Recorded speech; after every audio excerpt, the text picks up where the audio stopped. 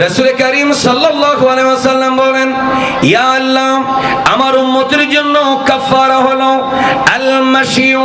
আলাল আকদামি ইলাল মাসাজিদ ইলাল জামাত। দ্বিতীয় নম্বর কাফারা হলো আমার উম্মতরা হেঁটে হেঁটে যখন জুমা মসজিদের দিকে রওনা দিবে, এই জুমা মসজিদের দিকে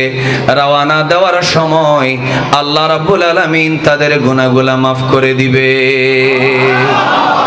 ওয়াল মাশিউ আলাল আকদামি ইলাল জামাআতি, জামাতের সাথে নামাজ পড়ার জন্য